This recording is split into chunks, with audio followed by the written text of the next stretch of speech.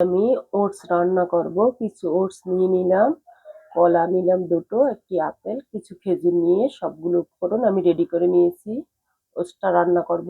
সামান্য পরিমাণ লবণ দিয়ে দেব, তারপর দুধটা নেড়ে নেব, এর ভিতর ওটসটা দিয়ে দেব।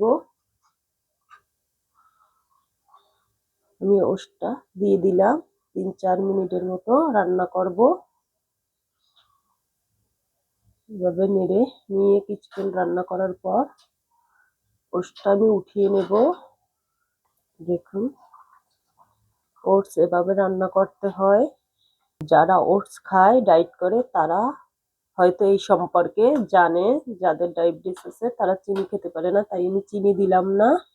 এখন আমি ওটস গুলো ফল দিয়ে খাবে সেজন্য রান্না করে নেব।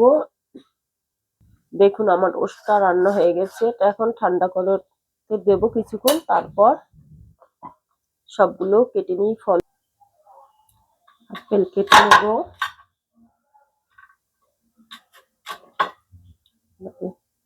কলা এভাবে পিস পিস করে কেটে নেব।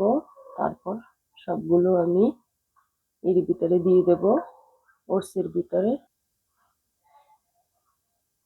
আপনার ডায়েটে যদি আপনি এইসব খাবার রাখেন হেলদি, তাহলে আপনার সারাদিন খিদে লাগবে না, অনেক ভালো লাগবে শরীর। কলা, খেজুর, আপেল এগুলো রেখে দিতে পারেন এভাবে। এখন আমি কিছু আপেল দিয়ে দেব ওটসের উপরে, কিছু কলা,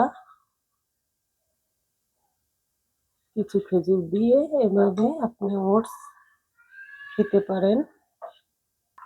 এভাবে হলেও সকালে ওটস খেতে পারেন, একবার হলেও ট্রাই করে দেখবেন।